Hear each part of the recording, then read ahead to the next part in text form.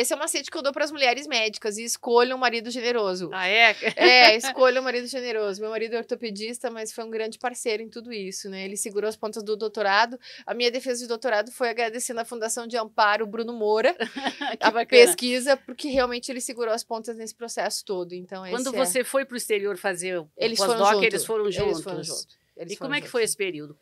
Então, eu acho que esse foi um período em família. Eu acho que esse talvez seja o macete da medicina para a mulher. Uhum. Você precisa ter essa parceria. Caso contrário, sozinho é muito difícil. Mas eu acho que esse é um macete para qualquer pessoa, para homens e para mulheres. Esses processos, eles precisam ter parceria. Caso contrário, você vai trilhar um caminho que é muito solitário. Que idade tinham os filhos? 10 anos. E gostaram? Curtiram? Gostaram. Quanto tempo eles, foi? 1 ano.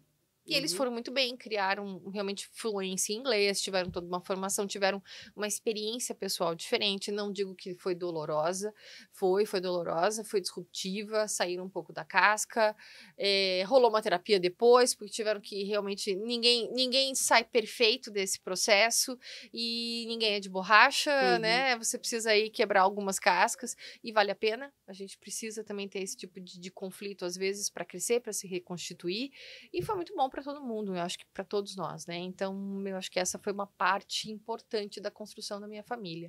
E é isso aí, a gente tá trilhando. Minha filha realmente quer cursar medicina agora, meu filho vai para uma engenharia e estamos aí. Então, eu acho acho já estão em idade 16 anos de pensar, né? De pensar, estão com 16 anos, fazem vestibular agora.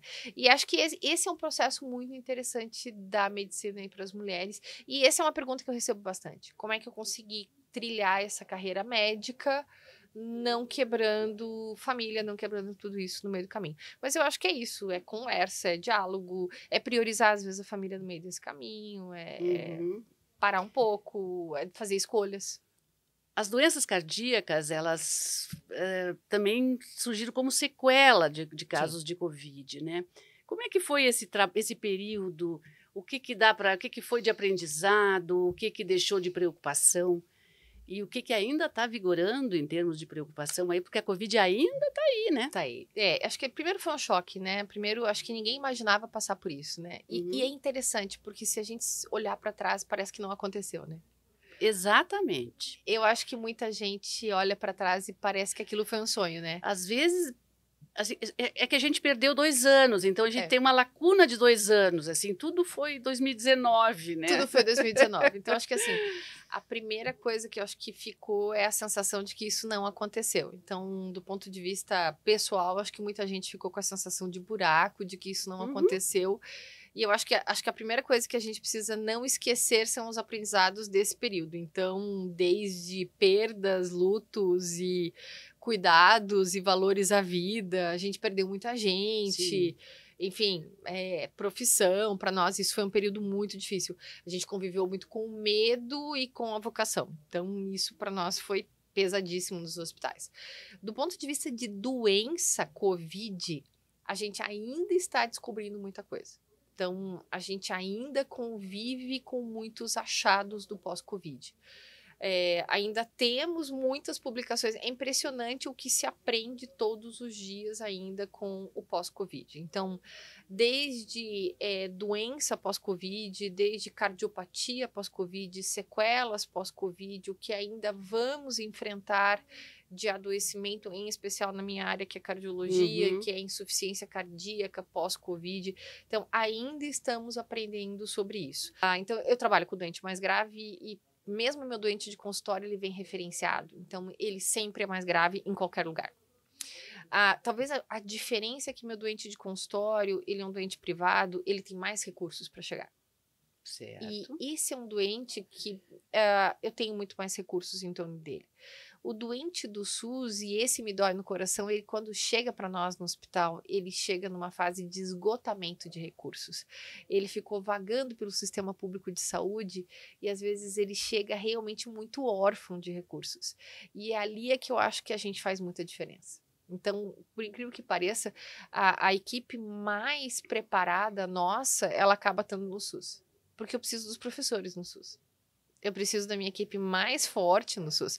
Não que a minha equipe do privado não seja tão boa quanto. Sim. Mas eu preciso da minha tropa de elite no SUS, porque eu preciso que ele responda rápido, eu preciso que ele resolva rápido. O paciente do SUS, se eu entendi bem, ele Ele demora precisa- mais aí. Ele é mais grave, ele precisa de mais recurso, ele precisa de uma equipe muito preparada.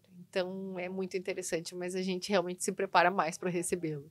Uhum. Então, a gente precisa de uma tropa de elite para ele. A gente precisa de recurso rápido, a gente precisa de vocação, a gente precisa de dobro de cuidado. Nessa fase, que tipo de atendimento que eles recebem? Então, o recurso é o mesmo, né? Na verdade, a gente acaba disponibilizando o mesmo tipo de recurso, mas a dedicação da equipe acaba sendo maior às vezes, sabe? Como a gente não tem, às vezes, a mesma quantidade de... As UTIs, na verdade, a gente tem as mesmas, mas a gente acaba Tudo caso disponibilizando... de cirurgia.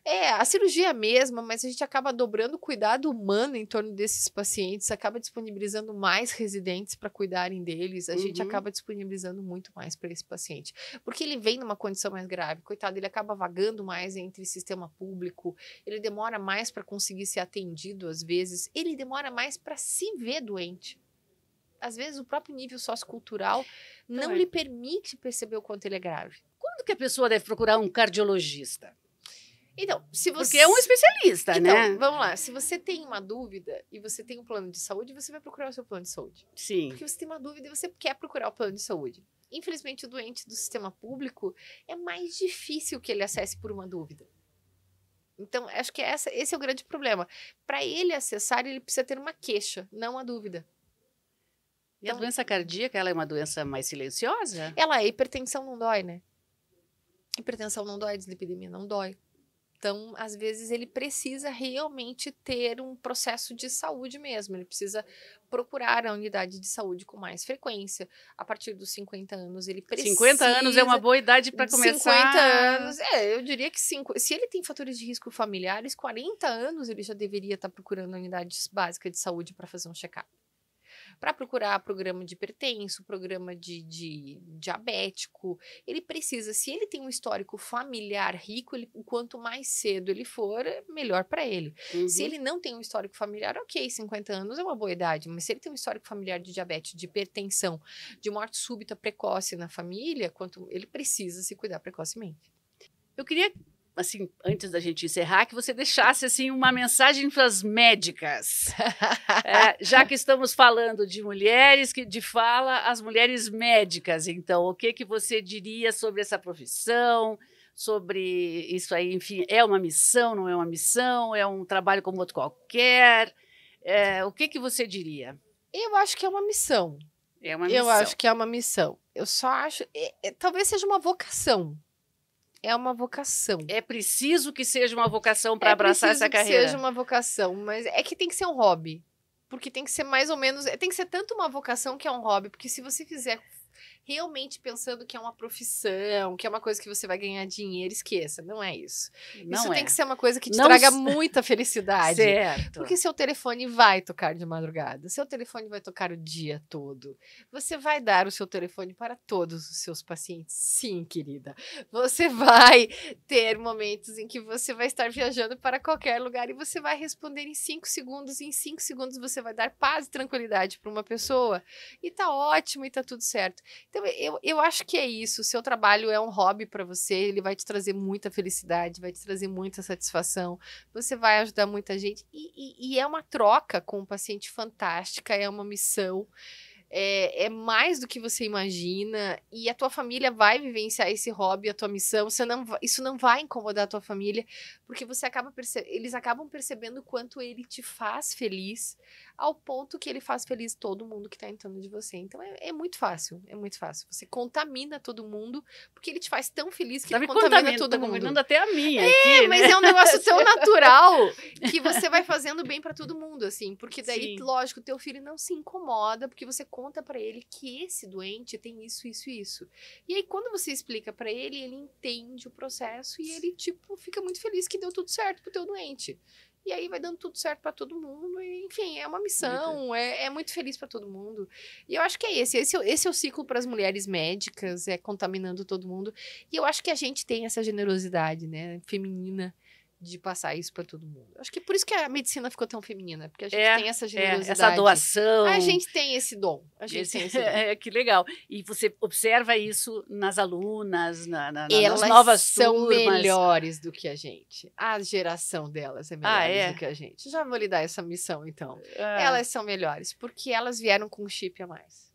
Elas vieram O que é esse chip a mais? Gente, elas são muito mais, assim, elas são muito mais interessantes, porque pelo menos a minha geração, ela era mais rude até, né? Porque a gente tinha mais coisas para enfrentar, a gente tinha muito mais essa coisa do desafio, do ser mais... Elas não. Elas são muito mais femininas, quer dizer, eu sou muito feminina, mas assim, elas são muito mais.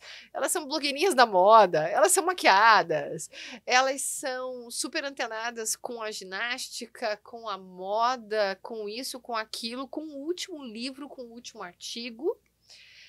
Elas são muito, muito especiais. E elas são muito especiais com os doentes. Se preparem para uma geração de grandes médicas. Inclusive, porque esse mesmo estudo que eu citei aqui, que elas vão ser a maioria, já mostra que será uma ampla maioria jovem ainda. Mas né? elas são fantásticas. Eu tenho muita admiração por elas. E elas têm filhos durante o curso. E elas descem na formatura segurando os filhos sem atrasar um semestre do curso. Olha e só. sem cair uma nota. Se preparem para essa geração. Oh, que bom!